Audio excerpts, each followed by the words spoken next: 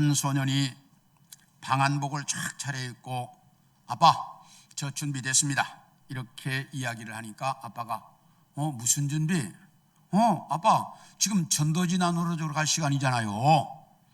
그러니까 목사인 그 아버지가 얘야 오늘처럼 춥고 비가 오는 날은 사람도 없는데 누구에게 전도지를 나눠준단 말이냐, 오늘은 우리 쉬자 이렇게 이야기를 하니까 그 아들이 아빠 아무리 춥고 비가 와도 하나님은 전해야 되지 않겠어요?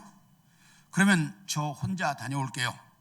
그러니까 아빠가 기특해서 전도지를 주면서 기도해주고 아들을 내보냈습니다. 아들은 온 마을을 다니면서 1시간 이상 전도지를 쭉 나누어주고 마지막 전도지가 한 장 남았는데 사람이 없습니다.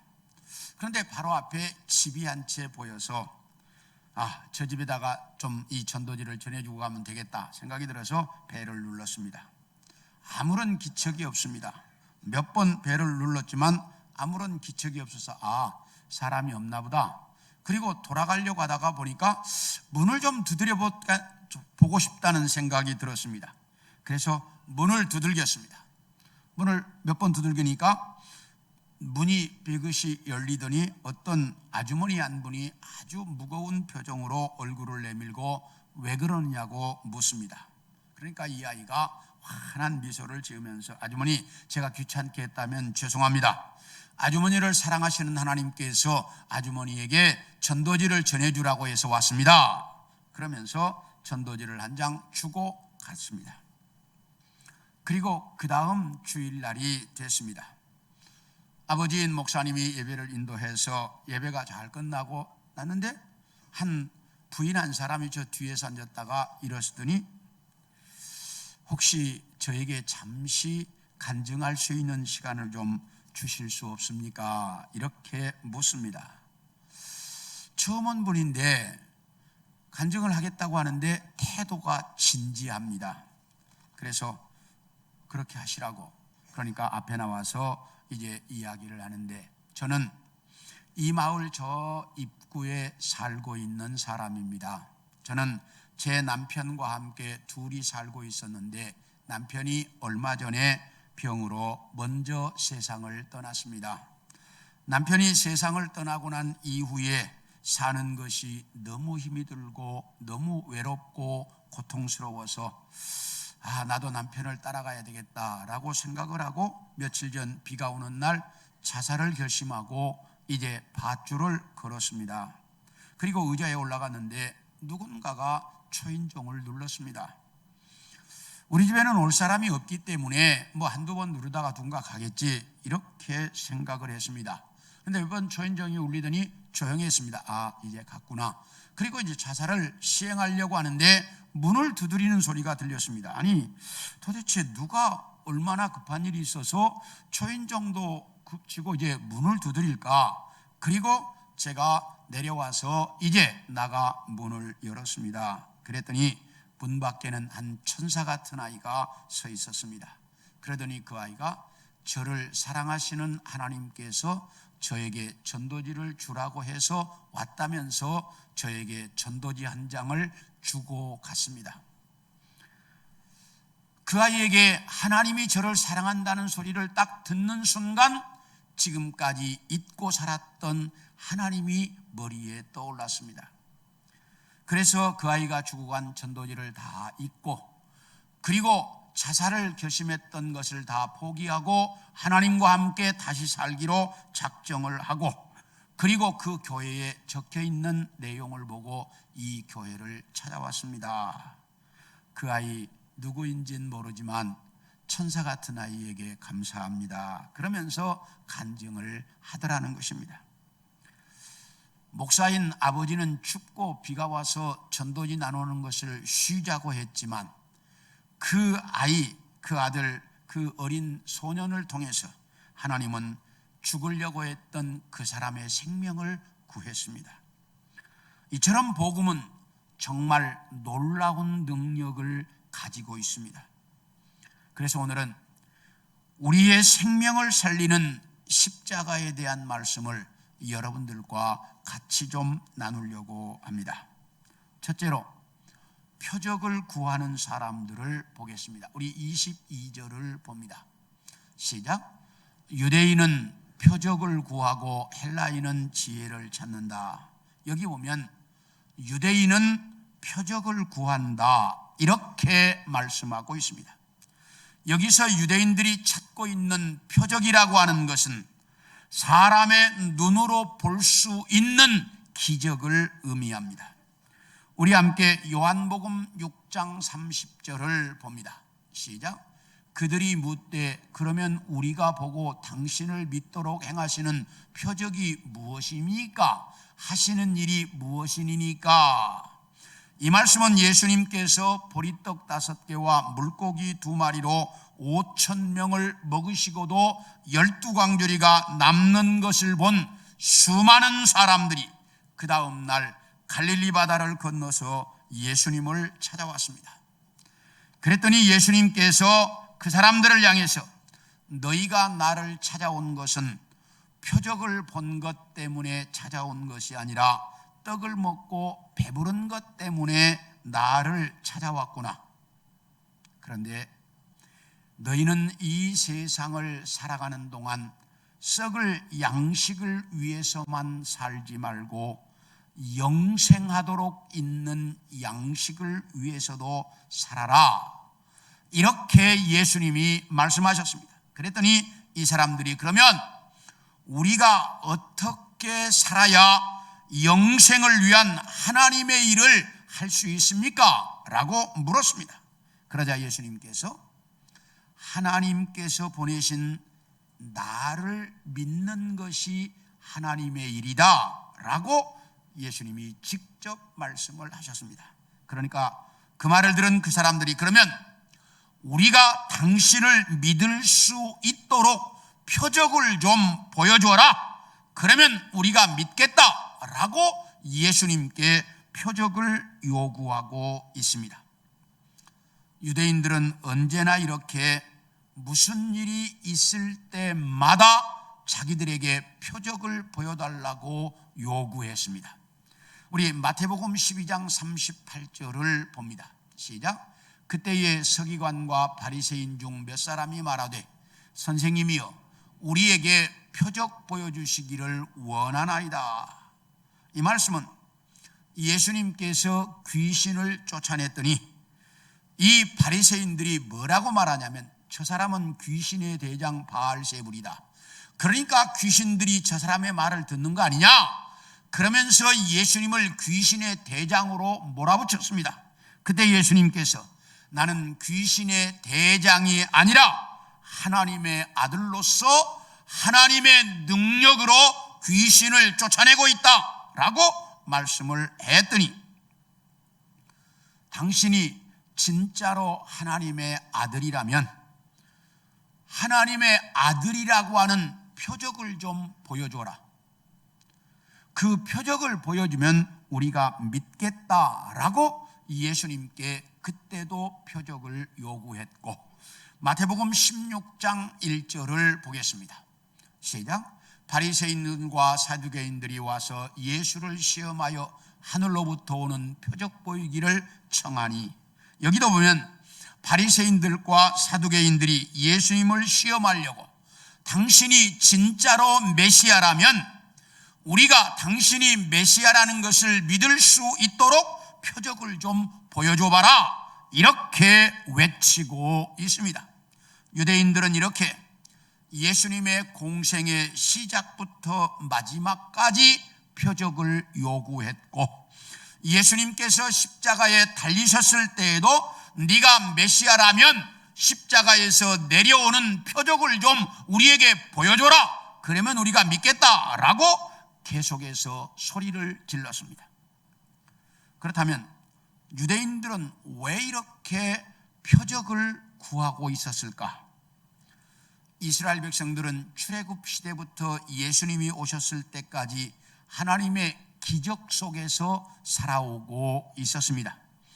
애굽에서 10가지 재앙으로 말미암아 출애굽을 할 수 있었고 홍해 바다가 갈라져서 그 바다를 건너왔고 광야에서 만나를 먹고 불기둥과 구름기둥의 인도를 보면서 따라왔고, 가나안 땅도 7족속과 전쟁을 할 때 하나님의 전적인 능력으로 전쟁에서 이길 수가 있었고, 주변 나라들과의 그 경쟁의 삶의 현장에서도 하나님의 전적인 도우심으로 그들을 이기면서 살아오고 있었습니다. 그런가 하면 선지자들의 수많은 기적들을 그들은 날마다 눈으로 보면서 살아왔습니다. 그래서 이스라엘 백성들은 하나님의 표적을 보면서 그들은 하나님과 함께 살아왔습니다. 그리고 실제로 그들이 하나님에게 요구하면 하나님께서 그들에게 표적을 보여주신 적도 있습니다. 우리 사사기 6장 37절을 보겠습니다. 시작. 보소서, 내가 양털 한 뭉치를 다장마당에 두리니 만일 이슬이 양털에만 있고 주변 땅은 마르면 주께서 이미 말씀하신 같이 내 손으로 이스라엘을 구원하실 줄을 내가 알겠나이다. 이 말씀은 이스라엘 나라 이제 그 사사 시대에 미디안과 아말렉과 동방이라고 하는 세 나라가 연합군을 편성해 가지고 이스라엘 나라를 침공해 왔습니다. 그때 이스라엘 나라에는 기드온이라고 하는 사사가 다스리고 있었는데, 기드온이 연합군을 보니까 이게 보통이 아니에요. 너무 많거든. 그러니까 자기의 능력으로 이스라엘 군대를 이끌고 나가서 싸워서 이길 수 있다는 확신이 없습니다. 그런데 하나님은 가라고 합니다. 그러니까 기드온이 하나님께 이렇게 기도했습니다. 하나님, 내가 오늘 밤 양털 한 뭉치를 마당 가운데 놓아둘 테니까 양털에만 이슬이 내리고 주변에는 뽀송뽀송 마르게 해 주십시오. 그래서 그 다음날 아침에 보니까 진짜로 마당은 다 말라 있는데 양털에만 물이 흥건합니다. 그래서 짜보니까 한 그릇이 나왔다, 이렇게 말합니다. 이 정도 됐으면 믿어야 하는데 기드온이 또 하나님 한 번만 더 보여주세요.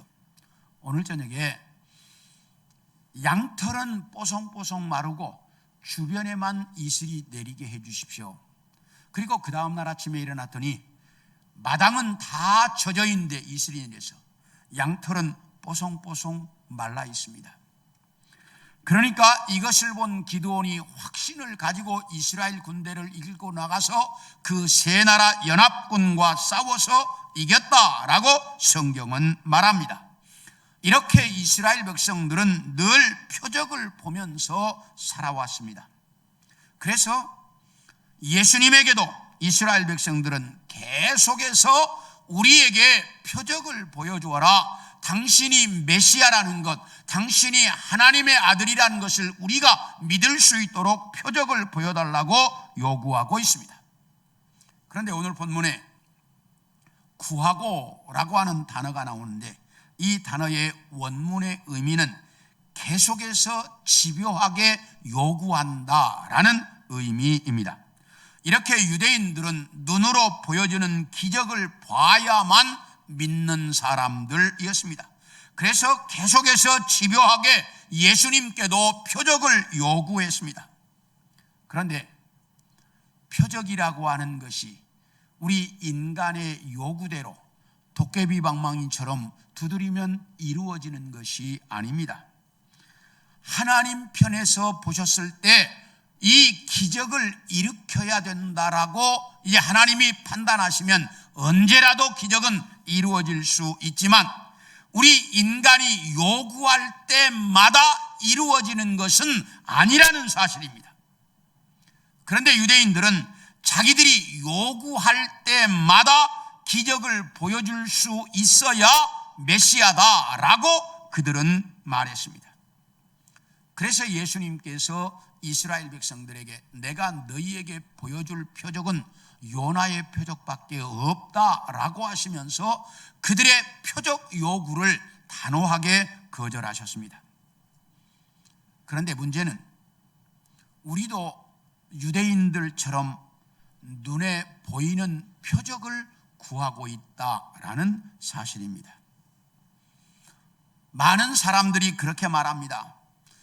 하나님께서 갈멜산에서 엘리야의 기도에 불로 응답하셨던 것처럼 내 기도에 한 번만 기적을 보여주시면 내가 확실하게 믿을 텐데, 이런 생각을 가지고 있는 사람들이 많이 있다는 사실입니다. 이야기들을 해보고 이렇게 우리 성도들하고 이야기를 해보면 그런 그 마음을 가지고 있는 성도들이 참 많아요. 그런데 표적은 절대로 우리에게 믿음을 줄 수 없고 우리 영혼을 구원할 수 없다는 사실입니다. 우리 함께 누가복음 7장 22절을 봅니다. 시작.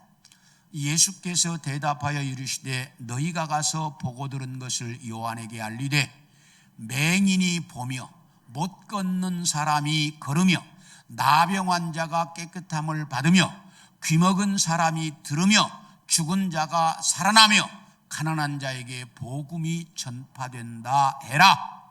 이 말씀은 세례 요한의 제자들이 예수님을 찾아와서 이렇게 묻습니다. 선생님, 우리 선생님께 가서 물어보라고 했습니다. 선생님이 진짜 메시아입니까? 아니면 우리가 다른 메시아를 기다려야 합니까? 라고 물어보라고 했습니다. 그러니까 예수님께서 세례 요한에게 제자들에게 너희는 가서 너희 선생인 세례 요한에게 이렇게 말을 해라. 맹인이 눈을 떠서 보며 못 걷는 자가 걸으며 나병 환자가 깨끗함을 받으며 귀먹은 자가 들으며 죽은 자가 살아나며 가난한 자에게 복음이 전파된다고 가서 알려주어라. 예수님은 이 땅에 오셔서 이렇게 엄청난 이적들을 행하셨습니다. 죽은 자가 살아나고 나병 환자가 고침을 받고 안전뱅이가 일어나고 소경이 눈을 뜨는 그야말로 엄청난 이적들을 이스라엘 백성들, 유대인들이 보는 앞에서 행하셨습니다. 그런데 예수님을 십자가에 못 박으라고 외쳤던 사람들이 누구냐? 그 기적을 보았던 사람들입니다. 그 기적을 자기들 눈으로 현장에서 다 보았던 그 사람들이 예수님을 십자가에 못 박으라고 외쳤습니다. 왜요? 기적은 우리에게 절대로 믿음을 주지 못하기 때문입니다. 기적이 믿음을 준다면 유대인들이 예수님을 가장 잘 믿었어야 합니다. 그런데 그 기적을 다 보았고 체험했던 그 사람들이 예수님을 십자가에 못 박으라고 외쳤고 예수를 제일 안 믿었습니다. 이것이 기적이 믿음을 주지 못한다는 것을 증명해 주고 있습니다. 사랑하는 성도 여러분, 기적을 한 번만 보면 모든 것을 다 믿을 것 같지만 기적은 절대로 우리에게 믿음을 주지 못합니다. 표적을 구했던 유대인들이 이것을 확실하게 우리에게 보여주었습니다. 둘째로 지혜를 찾는 사람들을 보겠습니다. 우리 22절을 다시 봅니다. 시작. 유대인은 표적을 구하고 헬라인은 지혜를 찾으나. 여기 보면 헬라인은 지혜를 찾는다라고 말씀하고 있습니다. 왜 주님께서 이런 말씀을 하셨냐면 그 당시에는 헬라 철학이 세상 최고의 학문으로 인정받고 있었기 때문입니다. 그런데 그 세상 최고의 학문이라고 인정받는 헬라 철학이 추구하는 것이 지혜였습니다. 왜냐하면 지혜만 있으면 인간이 바르게 살 수 있고 지혜만 있으면 행복하게 살 수 있을 것이라고 그들은 믿고 있었기 때문입니다. 그래서 지혜만 있으면 세상에서 가장 바르게 가장 행복하게 살 수 있다고 헬라 철학은 가르쳤고 철학자들은 그렇게 믿고 지혜를 추구하고 있었습니다. 그런데 다 같이 20절을 봅니다. 시작. 지혜 있는 자가 어디 있느냐, 선비가 어디 있느냐, 이 세대의 변론가가 어디 있느냐, 하나님께서 이 세상의 지혜를 미련하게 하신 것이 아니냐. 여기 보면 지혜 있는 자가 어디 있느냐라고 말하는데, 여기서 말하는 지혜 있는 자는 헬라 철학자들을 의미하고요, 여기 선비가 어디 있느냐라고 말하는데 이 선비는 유대의 서기관들과 랍비들을 의미하고 있습니다. 그리고 변론가가 어디 있느냐라고 말하고 있는데 이 변론가들은 헬라와 유대 사회에서 학자들과 늘 논쟁을 하는 사람들이 변론가들이었습니다.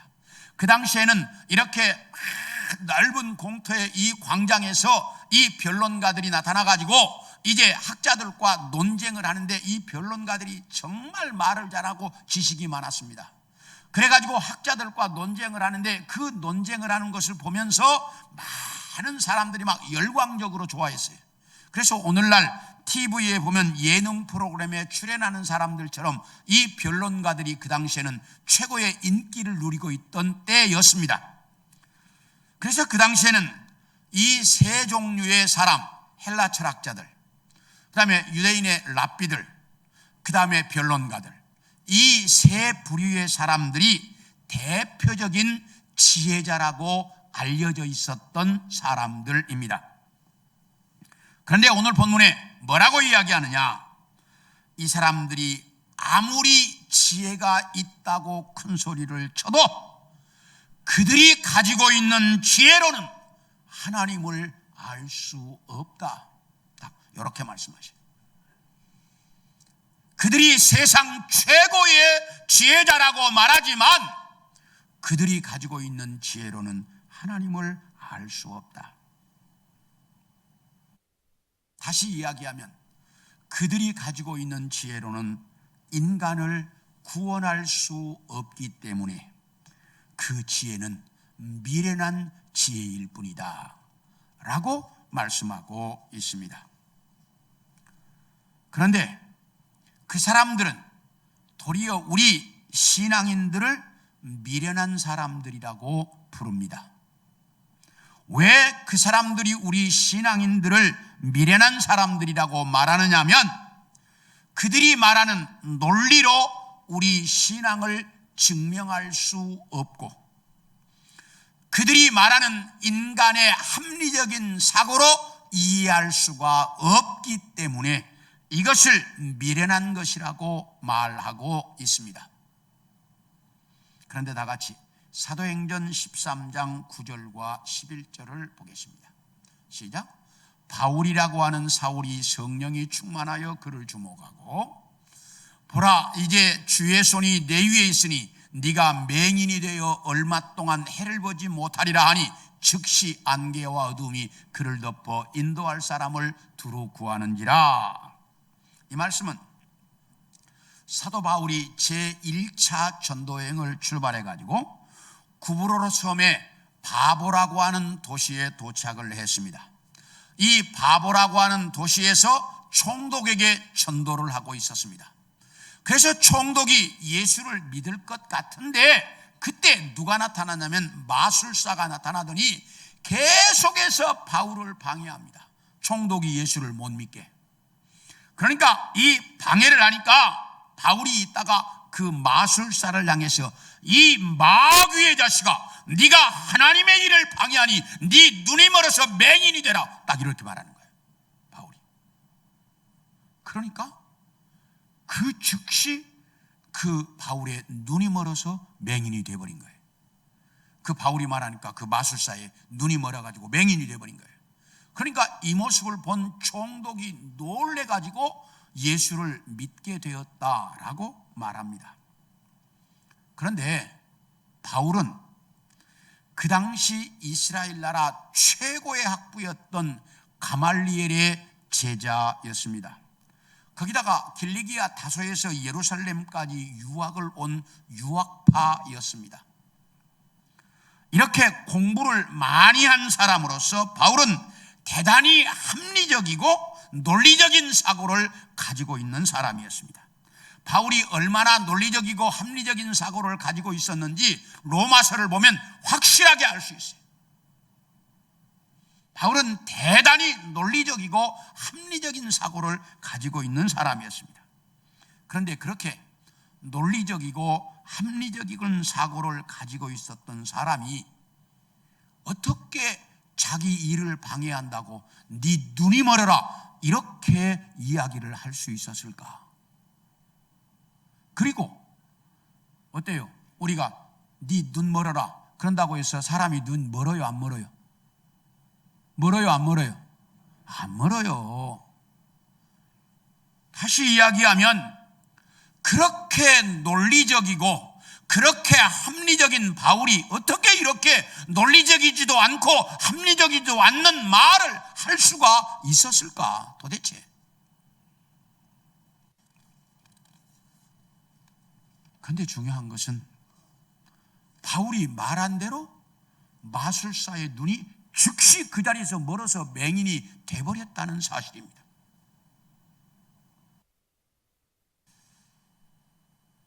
전혀 논리적이지도 않고 합리적이지도 않는데 근데 그 말씀대로 실제로 이루어지더라는 사실이에요.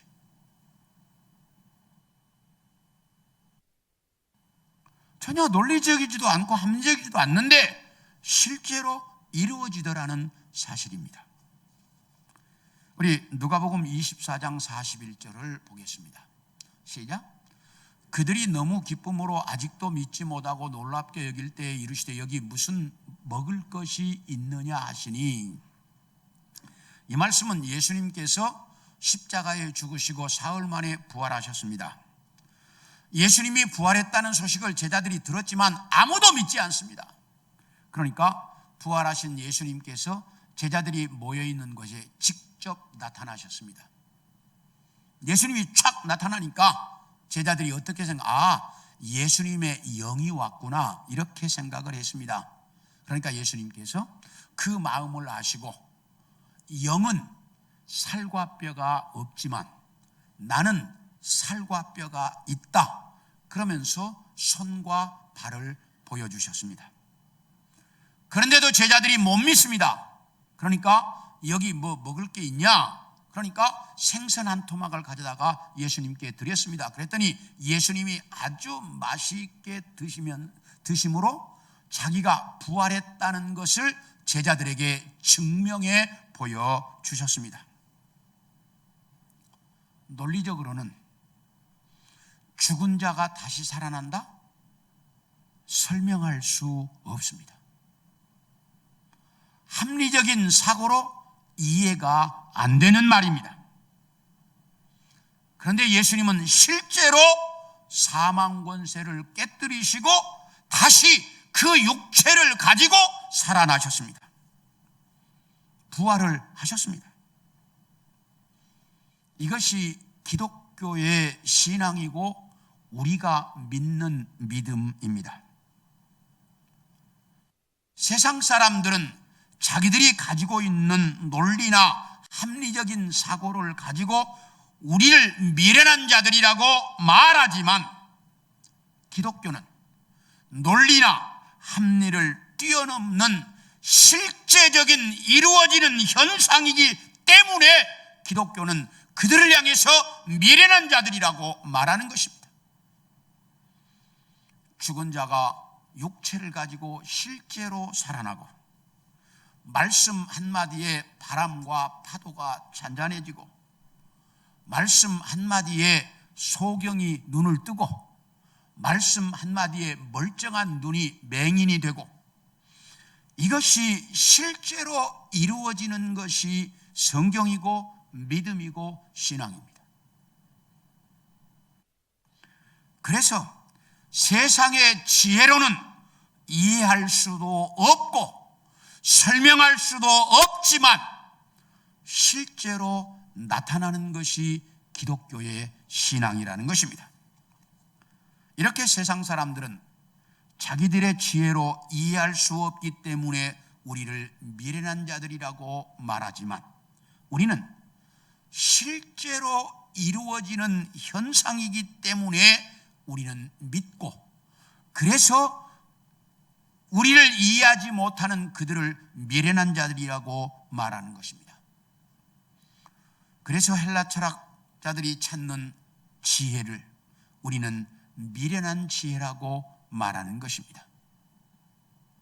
세상이 말하는 것을 우리가 미련하다고 말하는 것은 기독교는 실제로 이루어지는 현상이기 때문입니다. 마지막으로 십자가의 도를 따르는 자들을 보겠습니다. 우리 18절을 봅니다. 시작. 십자가의 도가 멸망하는 자들에게는 미련한 것이요 구원을 받는 우리에게는 하나님의 능력이다. 여기 보면 십자가의 도가 하나님을 모르는 세상 사람들, 다시 말하면 표적을 구하거나 지혜를 구하는 사람들에게는 미련한 것처럼 보이지만 구원받은 우리에게는 하나님의 능력이다 라고 말씀하고 있습니다. 자, 그렇다면 십자가의 도가 뭘까? 십자가의 도가 뭘까? 우리 23, 24절을 봅니다. 시작. 우리는 십자가에 못 박힌 그리스도를 전하니 유대인에게는 꺼리끼는 것이요 이방인에게는 미련한 것이로되 오직 부르심을 받는 자들에게는 유대인이나 헬라인이나 그리스도는 하나님의 능력이요 하나님의 지혜니라. 자, 십자가의 도가 뭐냐? 십자가에 못 박혀 죽으시고 부활하신 예수 그리스도를 믿으면 구원받는다 라고 하는 것, 이걸 가리켜서 십자가의 도. 한번 따라 합시다. 예수 믿으면 구원받는다. 이것이 십자가의 도다. 네, 십자가의 도가 뭐냐? 예수 믿고 구원받는다는 것, 이게 십자가의 도입니다. 그렇다면 이 십자가의 도, 예수 믿고 구원받는다는 것이 얼마나 놀라운 능력을 가지고 있을까? 우리 고린도전서 2장 2절을 봅니다. 시작. 내가 너희 중에서 예수 그리스도와 그의 십자가에 못 박힌 것 외에는 아무것도 알지 아니하기로 작정했다. 여기 보면 사도 바울이 고린도 교회 성도들에게 나는 너희에게 예수 그리스도와 그의 십자가 사건 이외에는 아무것도 가르치지 않고 알지 않기로 나는 작정을 했다 라고 그렇게 설명을 합니다. 나는 예수 그리스도와 그의 십자가 사건 이외에는 너희에게 아무것도 안 가르치겠다. 그런데 그렇게 십자가 사건, 십자가의 도를 고린도 교회 성도들에게 가르쳤더니 어떤 일이 이루어졌는지를 보겠습니다. 사도행전 18장 8절을 봅니다. 시작. 또 회당장 그리스도보가 온 집안과 더불어 주를 믿으며 수많은 고린도 사람도 믿고 듣고 믿어 세례를 받더라. 여기 보면 바울이 그렇게 십자가 사건, 십자가의 도만 고린도에서 전했더니 회당장 야이로와 그리고 그의 가족 전부가 다 예수를 믿었고, 이 회당장 그리스도와 그의 가족이 다 하나님을 믿었고 수많은 고린도 사람들이 예수를 믿고 세례를 받았다라고 말씀합니다. 여러분, 이 회당장이 예수를 믿었다는 것은 어마어마한 사건이에요. 회당장은 율법을 가르치는 책임자였어요. 그 사람이 예수를 믿고, 그리고 고린도의 수많은 사람들이 예수를 믿었는데 무엇으로? 십자가의 도만 전했더니 이런 결과가 왔습니다. 그런가 하면 사도행전 4장 13, 14절을 보겠습니다. 시작. 그들이 베드로와 요한이 담대하게 말함을 보고 그들을 본래 학문 없는 범인으로 알았다가 이상히 여기며 또 전에 예수와 함께 있던 줄도 알고 14절이요. 또 병 나은 사람이 그들과 함께 서 있는 것을 보고 비난할 말이 없는지라. 이 말씀은 베드로와 요한이 성령이 충만해서 십자가의 도를 수많은 예루살렘 사람들에게 전합니다. 그러니까 이것을 보고 대제사장과 장로와 서기관들이 베드로와 요한을 잡아왔습니다. 그러고 묻습니다. 누가 너희에게 백성들을 가르치라고 가르칠 권세를 주었느냐? 네가 무슨 권세로 가르치느냐? 막 추상같이 호령을 합니다. 그러니까 그 말을 듣고 있던 베드로와 요한이 당신들이 십자가에 못 박은 예수 그리스도의 권세로 우리가 십자가의 도를 전한다. 막 이렇게 당당하게 이야기를 합니다. 이 베드로와 요한이 어떤 사람이냐면 예수님이 끌려가시고 나자 다 도망가 버렸다가 예수님이 십자가에 달려 돌아가시고 나자 이 바리새인들 그리고 이 장로들과 대제사장들이 두려워가지고 자 몰래 아무도 방구석에 문 꼭꼭 잠그고 이렇게 모이던 그런 벌벌 떠는 사람들이었어요. 그런데 이 사람들이 그 공회 회원들 공회 앞에서 당당하게 이야기를 하니까 이 사람들이 놀란 거예요.